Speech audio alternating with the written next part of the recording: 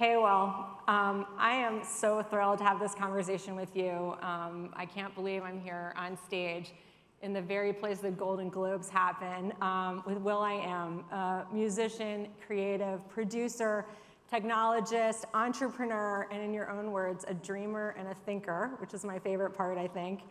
You might know him as the winner of 7 Grammys and 2 Emmys, but you may not know that he founded a company working on AI in 2014 before many people were even thinking about AI, and certainly not with the fervor that they're thinking about it today. And he's the founder and chair of the I Am Angel Foundation, which is dedicated to transforming lives through STEM and STEAM education and pathways to college, starting with East LA. To briefly introduce me, I am Anna Barber, a partner at M13, an LA-based venture fund based here in the great city of LA, the best tech ecosystem in the country. And I also serve as the chair of Pledge LA, the collective of 215 plus VCs and tech companies here in Los Angeles dedicated to improving access to capital for underrepresented founders in the city of LA.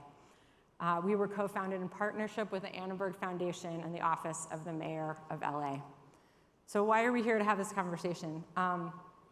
Will and I Am Angel share a common vision with Pledge LA, a vision of a stronger community and economy that is created by all citizens and offers opportunities to everyone.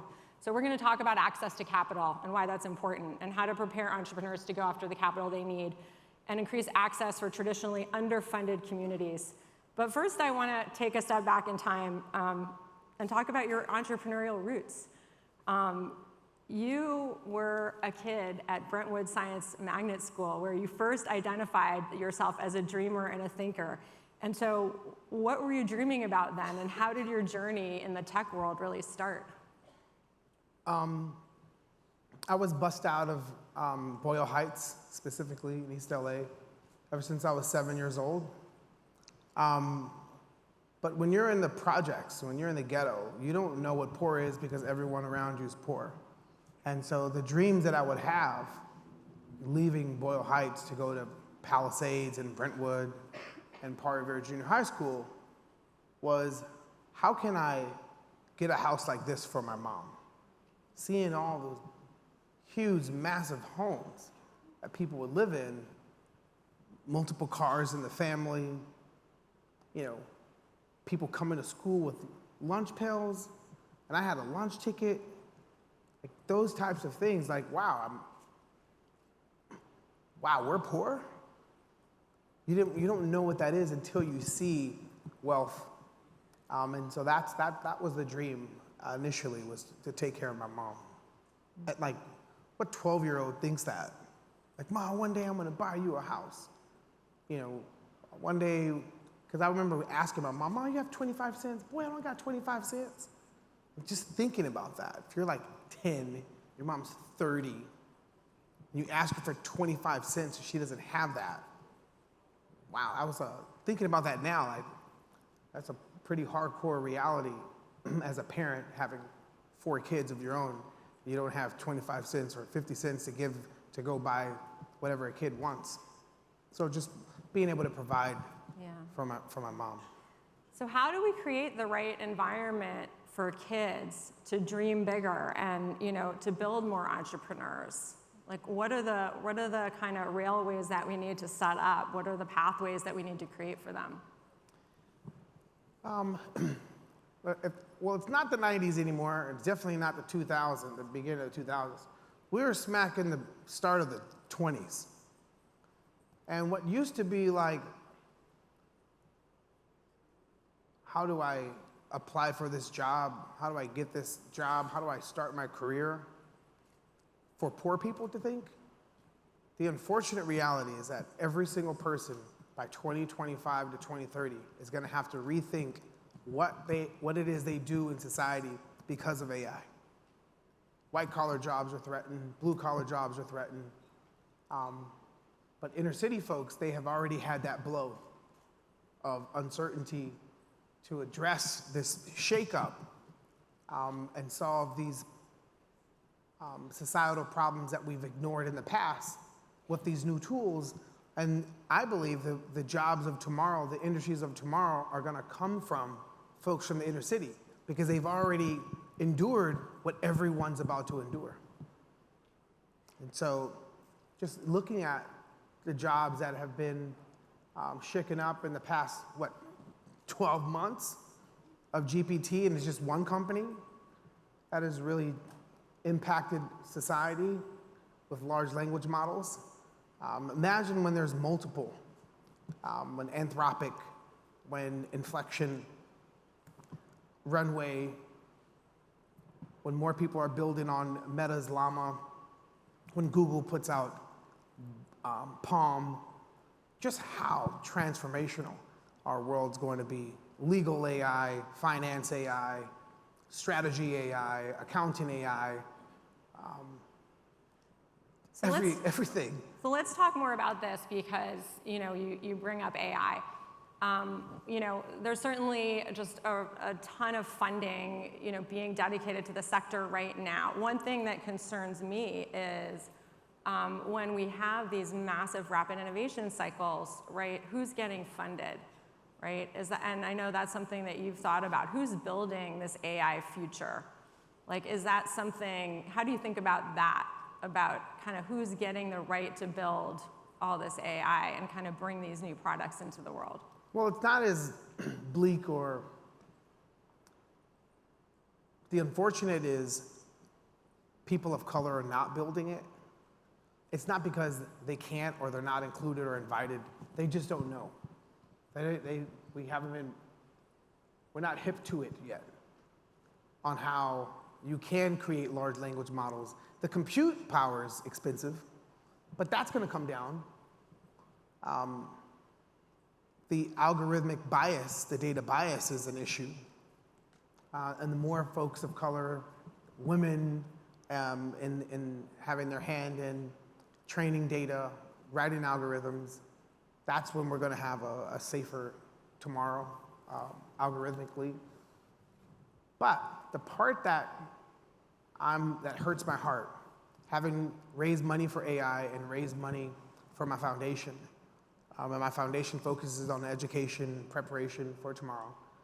It's easier to raise money for AI, to make machines smart, than it is to raise money to make humans smart. That's the part that's freaking insane. So as machines get smarter, we have football fields in every single high school, but my sister's never going to play for the Rams. I mean, you never know. And if that's going to happen, then that means there's going to be so many protests and campaigning, and when's that going to happen? And in the time that it does happen, the world would have changed so dramatically because AI would have shifted everything. So there's an urgency to get people up to speed for where we are now and prepare them for where we're going to go real fast. And if we can have a football field in every single high school, we definitely should have coding, autonomy, robotics, and computer science, and AI building in every single high school. Okay. Like, imagine if you'd be like, yo, what's your foundation? Yo, my foundation is putting up billboards in the hood. You'll be like, wait, why do you need to do that? There's nothing but billboards in the hood. Yo, my foundation is we go to Beverly Hills and we make sure all the streets are clean. You'd be like, why do you need to do that? That's already done. The fact that my foundation is focused on bringing inner city kids computer science and robotic skills should be insane. Why should a person have to do that? It should be automatic. It should be like, there's no need for that. That's already taken care of. We have made sure that every single person is prepared for tomorrow. We're making sure that every single person has everything they need to not only understand, but to fill jobs and create the industries of tomorrow. Like, what are the industries of tomorrow going to be? You're not an Uber driver 2030. You're not a cashier 2030. You're not working at bean counter at a financial firm in 2030. You're not a redliner at a law firm in 2030. We know all these things are going to evaporate. But we also know that new freaking industries are around the corner, things you can't even imagine. Who and what communities are going to be responsible for designing those industries. That's the right now. That's why it's so exciting about the intersection that we're in. It's the age of a new renaissance and the hyper creatives to just imagine with these new tools. So when you started at I Am Angel, you're very specific about starting in your community that you grew up in, right? Talk about that. Talk about the importance of like starting locally. So it was 2005. Tsunami in Indonesia hit, and my birthday was right around the corner, March 15th, and I'm like, I don't want to have a party for my birthday. I want to go out and do tsunami relief. So I fly out to Banda Aceh, and I'm doing tsunami relief, and I'm sitting there handing out water and clothes and blankets, and I'm like, wow, there's a tsunami every day in my neighborhood. Why am I not in my neighborhood? There's a tsunami of neglect, no opportunity, crime, police brutality, every single day. I need to go back home, and I need to focus on my neighborhood. I got money to give back to my community. And so I was trying to figure out the right way to go about it. And I knew education was a place that I wanted to start. And then 3 years later, it took me 3 years to crystallize my approach. I was sitting next to General Colin Powell, rest in peace. And I asked him, like, hey, now that Obama's president and people like that were out on the field campaigning, what should we do to keep the momentum? He's like, if I were you, I'd focus on the neighborhood you come from. And I knew that that's what the truth, my gut, my North Star was to do. And I went back to my community, which is 65 students, adopted a class, and I wanted to send them to college. Right around that same time in 2008, I went on Oprah and I started my scholarship program, giving 4 kids a full ride to college. And I wanted to go back to my community, my neighborhood with 65 students. And I didn't want to just send them to college so they graduate with debt and a diploma. I wanted to send them to college with a skill set so they could fill jobs or create jobs. And so I picked robotics and computer science. So now, fast forward 12 years later, we serve just a little under 14,000 students in Los Angeles with the program that we do.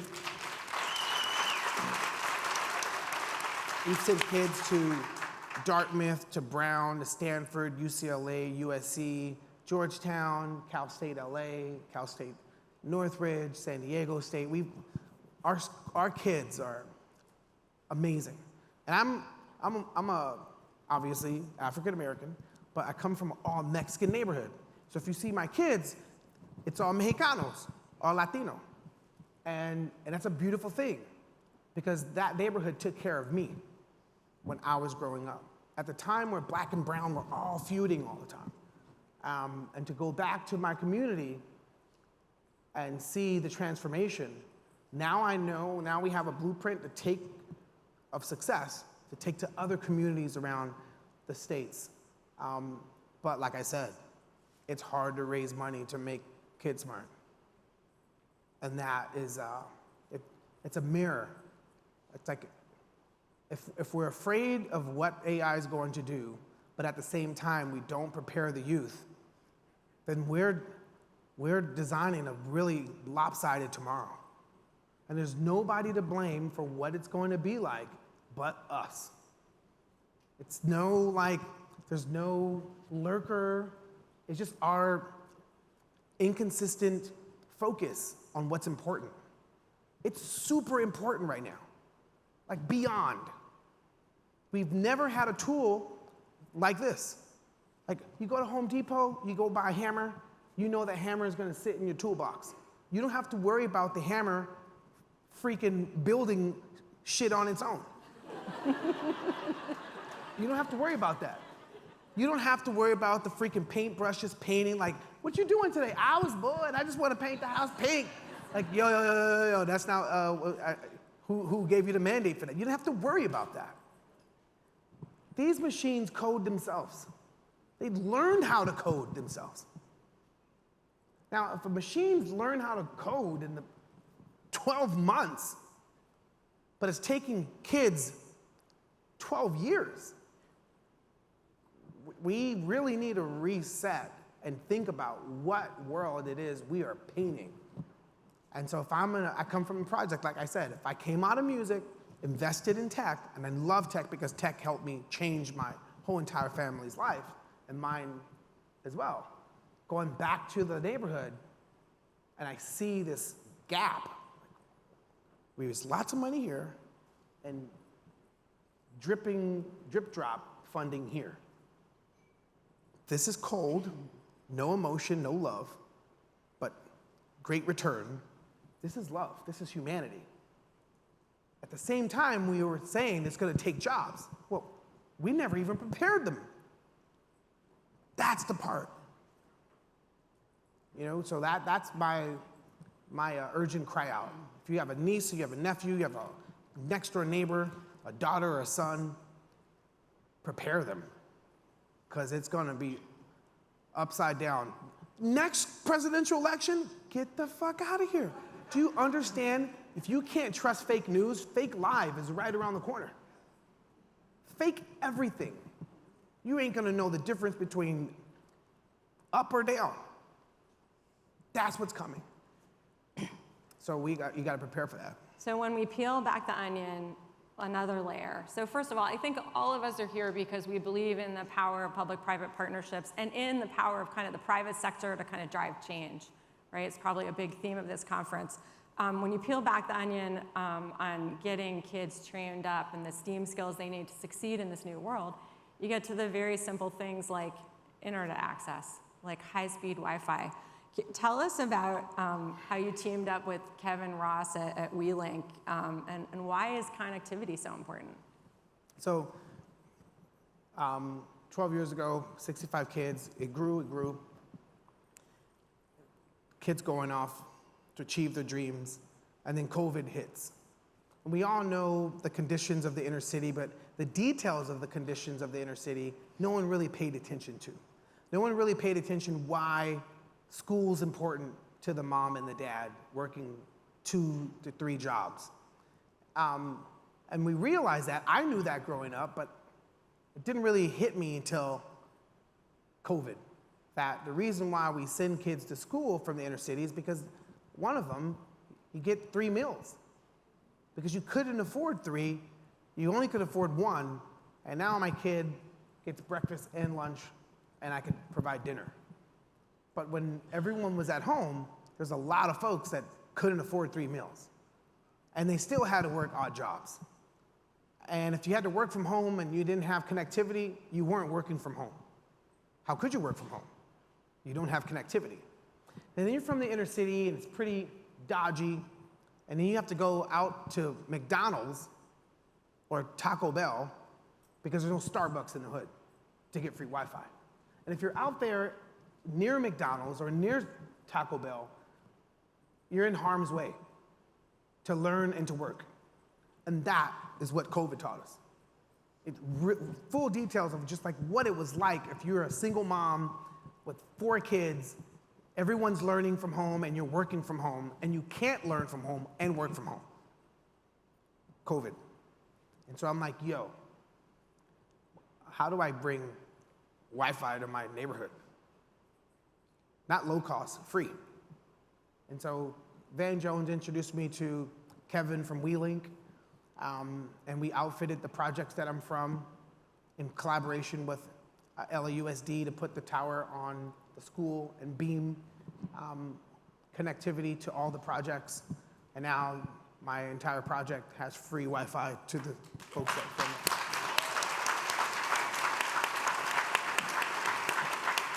And like every time I travel, like come back home, I go to 4th Street to get my raspadas right there, right across the street from Evergreen. I take my raspada and I go back to my projects and walk through. Every Sunday, that's where I'm at. Just walking through how I grew up. Just having that connection with that ashy little kid. I'm still ashy. That ashy little kid, like dreaming in the projects. And now that I've made my dreams real, am I supposed to abandon my No, I gotta go back. My mom was like, Willie, what you doing? You back in the projects? Yes, Mom. You ain't got no business in the projects. I'm like, hello, like, we didn't have business in the projects. But I do have business here. So I'm there every Sunday just walking through the neighborhood, and the kids come up to me like, hey, Willie, dog, hey, we got free Wi-Fi now. Thank you so much, Holmes. You know what I mean? I just love it. Like, Black Santa Claus in the Mexican neighborhood, that shit is dope.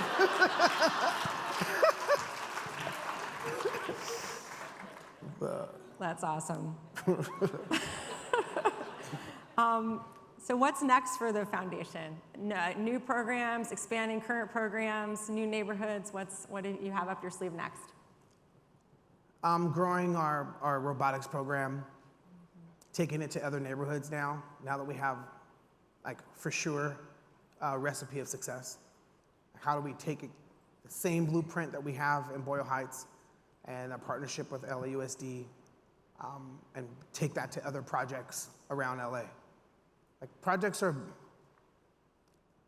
I could just sit here and start crying just thinking about the love that I have for my neighborhood. And although there was a lot of crime, police brutality was a mess in the 80s and the 90s and still now, it was a beautiful familia. It was a beautiful blend of black and brown.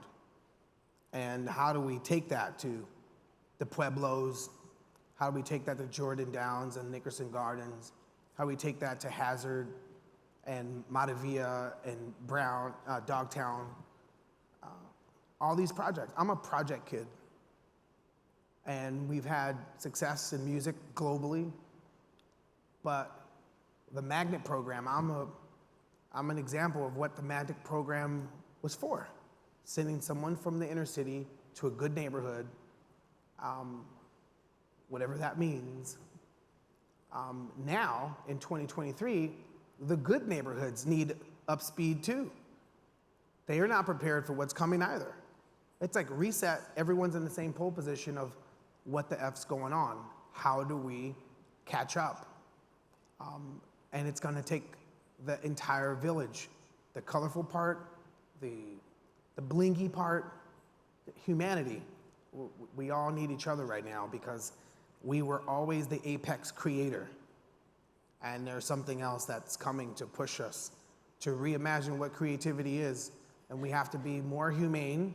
We have to be more empathetic.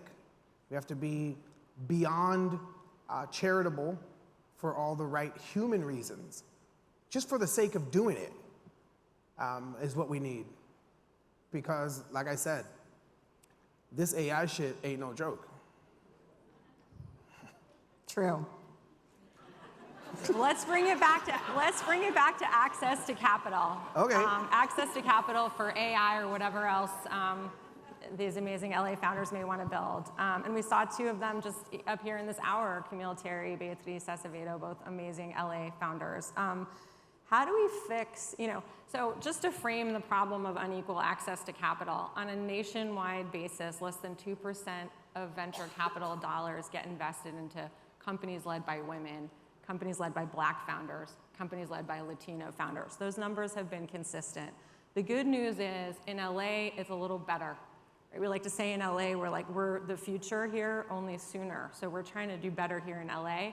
The numbers last year for LA were 29% of capital invested by LA-based VCs went to underrepresented founders, underestimated founders.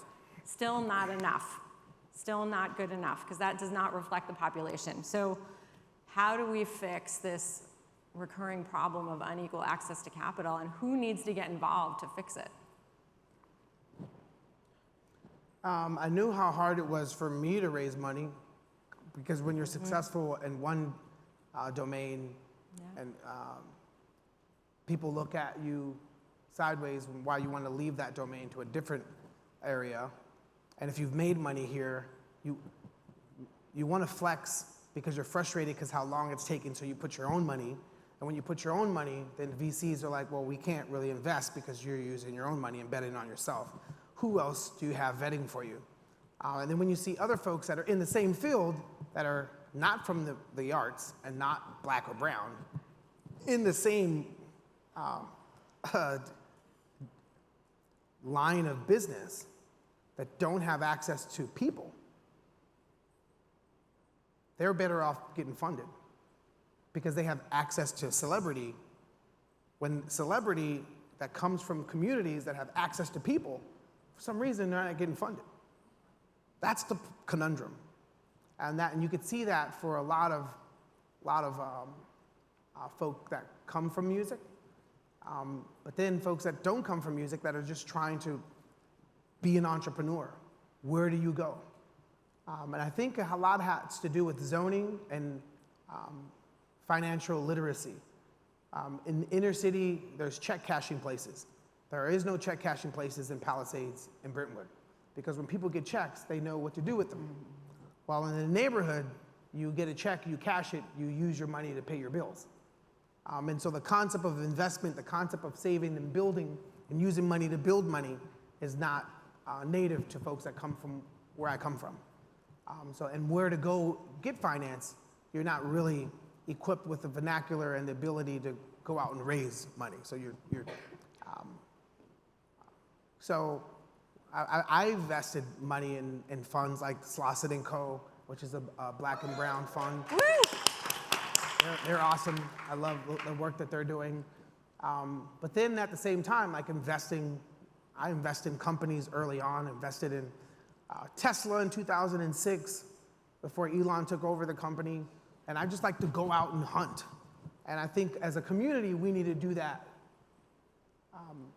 We need to posse up our money and invest, and not always wait for people to invest in us.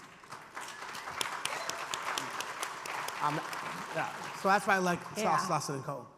Yeah, I mean, Slauson's a great example, and I think the power of investing in a fund like Slauson and Austin and AJ is you put money in the hands of underrepresented fund managers to invest. And who are they going to invest in, right? They're going to invest in a more representative, diverse set of founders. So that, has a multiplier effect, right? Which is how we think about it at Pledge LA. How do you get that multiplier effect of starting at the top of the capital stack, for the benefit of the whole community? And purposeful success. Like, you want to be successful for what? Like, I know why I want to have success. And I want to have success so I could go back and do more work in the community. There's enough money. I don't need money. I just need money to do more good stuff. Not to floss. I don't got no watches. I just like to use money to solve problems. Yeah. So you've got, we just have 1 minute here. You've got so many projects underway. Like, and I know you're also, we haven't even talked about the fact that you're at Harvard. We haven't even talked about FYI, so many things. What is, what's most important for you that you're gonna do in the next few months? So FYI is my main focus. It's a Web 3.0 AI messenger for creative enterprise. I realized that the creative community didn't have a tool to work from. We're working across 5 different platforms. We're on WhatsApp, and to make WhatsApp work, we need Dropbox and a WeTransfer and a Zoom and an email, and your conversation IPs all over the place. So we made a singular interface for all your creative endeavors with generative AI at the core. So instead of talking to a GPT by yourself here, you have generative AI in TeamFlow with you and your team, you and your family to work. And I realized the power of that when I was going to Harvard. So I went back to school so I could, knowledge up. I had an emotional moment with my mom, my Kilma. So I got accepted to Harvard. She was like, "What, baby? Oh my goodness!" I'm like, "Stop crying! You're gonna make me cry." So I went back to school, and it's been a beautiful transformational experience for my life.